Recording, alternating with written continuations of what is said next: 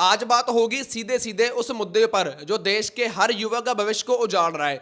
दिल्ली के जंतर मंतर पर जो कुछ भी हो रहा है, क्या वो आप लोगों को दिखाई नहीं दे रहा? देश के पढ़े लिखे स्टूडेंट जब पेपर लीक के खिलाफ और बेहतर शिक्षा व्यवस्था के लिए आवाज उठा रहे हैं, तो ये सरकार उनके साथ क्या कर रही है? उनको सीधा धक्का मुक्की कर रही है, एक तानाशाही कर रही है और लाठी के जोर के ऊपर किसी का सिर फोड़ा जा रहा है, किसी की बाजू टूट रही है और किसी की टांग टूट रही है। अरे हद तो तब पार होगी जब 500 का डंडा हाथ में लेकर कुछ गुंडे सड़कों पर उतर आए और खुलेआम धमकियों देने लगे। कहते हैं कि हम दिल्ली पुलिस की जगह कार्रवाई करेंगे। ये वो सब आरएसएस के दल्ले लोग हैं, ये वो सब आरएसएस के कुत्ते लोग हैं जो अपने आप को गौ रक्षा वाले बोलते हैं, जहां हिंदू दल वाले बोलते हैं कि हम आप लोगों के साथ हैं। मतलब सरकार को ये बात बोल रहे हैं और वहां पर बैठे लोग किसी पार्टी के नहीं है, ना तो वो कांग्रेस को ज्वाइन कर बैठे हैं, ना ही आम आदमी को, ना ही बीजेपी सरकार को। वो सिर्फ ये कह रहे हैं कि पेपर लीक के ऊपर कोई कानून बनना चाहिए। वो सिर्फ ये कह रहे हैं कि जो शिक्षा मंत्री है जिसने पूरा जनाजा निकाल दिया इस एजुकेशन सिस्टम का, हम उसका इस्तीफा लेना चाहते हैं। और ये गंदे दल्ले कुत्ते लोग, पता नहीं किस गंदी नाली के कीड़े लोग हैं, ये कह रहे हैं कि पुलिस को कह रहे हैं तुम साइड पे हो जाओ, हम इसको सुधार देंगे। जो सिस्टम के बिल्कुल अंदर है ही नहीं है, जो ना तो कोई पुलिस वाले हैं, ना ही वो फौजी भाई हैं, ना ही वो आरएएफ वाले लोग हैं, वो आम नागरिक है। मतलब कौन है? आरएसएस के दल्ले।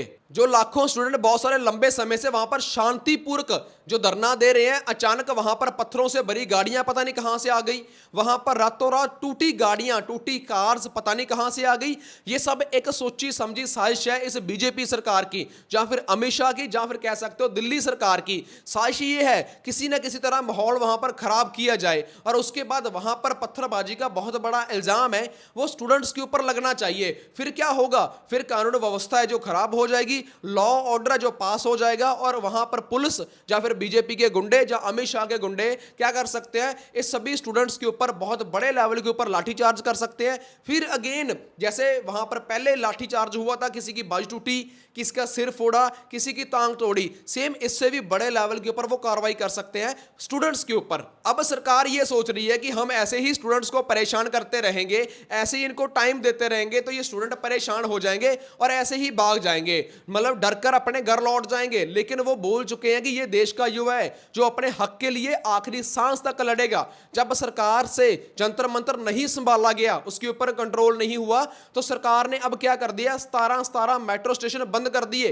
वहां पर जितनी भी दुकानें थी उनको शाम को 6 बजे तक खुला रहने की, ओपनिंग रहने की एक सलाह दी गई और 6 बजे के बाद बंद करने को कह दिए गए। मतलब उनके लिए हुक्म जारी हो चुका है। यहीं पर बात खत्म नहीं होती, अब वहां पर इंटरनेट भी बंद कर दिया गया है। सबसे बड़ी बात, अब जितने भी वहां पर लोग फंडिंग दे रहे थे, कोई जोमेटो से दे रहा था, कोई स्विगी से दे रहा था, जोमेटो वालों ने और स्विगी वालों ने उस जंतर मंतर की लोकेशन को ही अपने मैप से गायब कर दिया, मतलब कि अपने ऐप से हटा दिया। सैकड़ीज वहां पर जितनी भी पुलिस बैठी थी, वो पुलिस क्या कर रही है? कोई भी अगर बाइक लेकर जोमेटो वाला, स्विगी वाला वहां पर पहुंचता है, उसका खाना छीन कर अपने पास रख लेती है। और जिस बंदे ने खाना सेंड किया था, जिस बंदे ने ट्रांजेक्शन करी थी कि भी खाना किसने भेजा है, उसकी यूपीआई आईडी नोट की जा रही है। मतलब उनके ऊपर भी कार्रवाई होगी। देख सकते हो एक साइड मोदी जी रील्स बना रहे हैं, वो भी रात को, एक नहीं दो रील्स, वहां पर स्टूडेंट्स के हक की बात की जा रही है। बट यहां पर मतलब कि पर्दे के पीछे कुछ और है, पर्दे के पीछे आगे कुछ और है और लोगों को बेवकूफ बनाया जा रहा है। मैं सीधी बात क्या देना चाहता हूं, मोदी साहब आप पढ़े लिखे नहीं है, माना कि आप अनपढ़ है, बट जो आपका आईटी सेल है जो पढ़ा लिखा आपने रखा है, बट उससे कई ज्यादा पढ़े लिखे लोग उस धरने के ऊपर बैठे हैं। वो किसी आम आदमी पार्टी से नहीं है, मैं पहले भी बताया, कोई कांग्रेस पार्टी से नहीं है, ना ही वो बीजेपी पार्टी से है। उनका सिर्फ एक ही मतलब है कि शिक्षा मंत्री का इस्तीफा, जैसे तैसे करके वो बंदा इस्तीफा दे। अगर वो बंदा इस्तीफा नहीं देगा तो स्टूडेंट्स ऐसे ही बैठे रहेंगे। पंजाब के किसान, यूपी के किसान, इससे पहले 1 साल पहले भी आपने ये चीजें देख ली हैं। 1 साल तक किसान सड़कों के ऊपर बैठे रहे। स्टूडेंट्स ये कह रहे हैं कि हम 2 साल तक सड़कों के ऊपर बैठेंगे, बट हम इस बंदे का इस्तीफा लेकर ही रहेंगे जिसने पूरा जनाजा निकाल दिया है एजुकेशन सिस्टम का। 90,000 से ज्यादा सरकारी स्कूल बंद हो चुके हैं। क्या आपको यह बात पता थी? शायद नहीं पता होगी। कभी ना कभी रील स्क्रॉल डाउन करते हुए आपके पास कोई रील ऐसे बंदे की आई होगी जो बहुत ज्यादा अच्छा या बहुत ज्यादा परेशान है इस सिस्टम से। मैं भी कोई बीजेपी के खिलाफ नहीं हूं, बट सिस्टम के खिलाफ मैं जरूर हूं।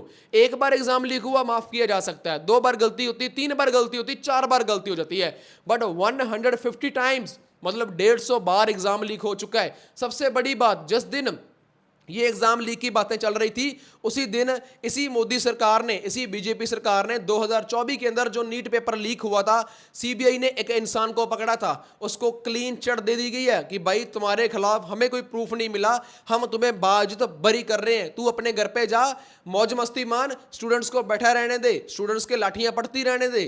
अब सोचो, ये है इनका गंदा सिस्टम, ये है बीजेपी का आने वाला फ्यूचर। से मैंने पहले ही आपको बताया है कि मोदी जी की नींद ओपन हो चुकी है, एक नहीं दो दो रील्स बना के डाल रहे हैं, ट्वीट कर रहे हैं कि हम पेपर लीक करने वालों के लिए लिस्ट बनाएंगे, एक फास्ट ट्रैक बनाएंगे, हम उनके ऊपर कानूनी कार्रवाई करेंगे, उनको 10 करोड़ का जुर्माना लगाएंगे, 3 महीने की सजा करेंगे। अरे भाई, जिस बंदे को आप लोगों ने अभी रिसेंटली अभी रिहा करा है, पहले उसके ऊपर तो फास्ट ट्रैक लगा दो, जिसको आपने ही क्लीन चिट दे दी गई है। बात यहीं पर ही नहीं रुकती। और सुनिए, जंतर मंतर ऊपर बैठे बिल्कुल खाली हाथ स्टूडेंट्स, जिनके हाथों में से किताबें थी, उनके ऊपर प्लेट गन चलाई गई। 19 साल के एक मासूम छात्र की आंख की रोशनी चली गई। पुलिस कह रही है कि हमने गोली नहीं चलाई। वहां पर सुरक्षा बल कहते हुए, जो वहां पर टीमें बैठी हैं आरएएफ की, वो कह रहे हैं कि हमने गोली नहीं चलाई। तो गोलियां आसमान से चली हैं क्या? क्या गोलियां ऊपर बैठे धरती से बाहर एलियनों ने चला दी? गोलियां तो आपने ही चलाई थी। और ऊपर से सुप्रीम कोर्ट क्या कह रहा है, हाई कोर्ट क्या कह रहा है कि हमारे पास भाई टाइम नहीं है आप लोगों की वीडियोस को देखने के लिए, आपकी बात सुनने के लिए। अब स्टूडेंट जाएं तो जाएं कहां पर? किस खूह में जाकर छाल मारें, किस कुएं में जाकर कूदे वो लोग? स्टूडेंट की सिर्फ एक ही मांग है, शिक्षा मंत्री धर्मेंद्र प्रधान अपना इस्तीफा दे, आज दे चाहे कल दे। मोदी जी उससे इस्तीफा आज लें चाहे कल लें, जब वो इस्तीफा लेंगे तभी धरना वहां से हटाया जाएगा, अदरवाइज धरना ऐसे ही कंटिन्यू चलता रहेगा। फिर क्या हुआ? इससे ज्यादा तशद्दुद तो नहीं कर सकते जो पिछले कुछ दिन पहले हुआ था, जो कुछ दिन पहले किसी की टांग तोड़ी, जैसे मैंने आपको बताया, किसी की बाजू तोड़ी, किसी का सिर फोड़ा, रील्स आपके पास आ गई होंगी। बट फिर भी आज भी कंटिन्यू, इससे ज्यादा तो कुछ नहीं कर सकते। अब उनके पास एक ही हथियार है, गोली चलाना।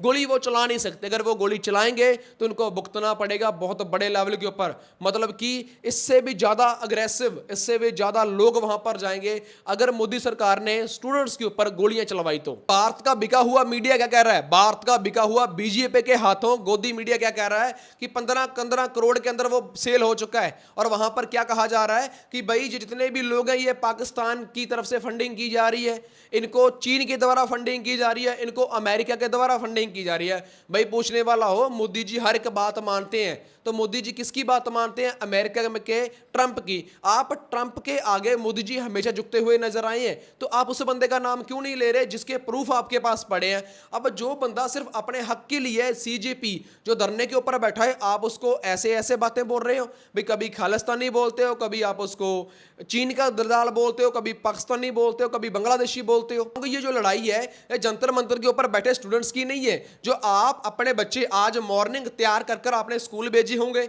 कॉलेज भेजे होंगे, यूनिवर्सिटी भेजे होंगे, ये उन सब स्टूडेंट्स की लड़ाई है, हमारे आने वाले फ्यूचर की लड़ाई है। पहले भी आपको बताया कि अगर किसान आंदोलन 1 साल तक चलता है तो ये सीजेपी का प्रदर्शन 2 साल तक भी चल सकता है।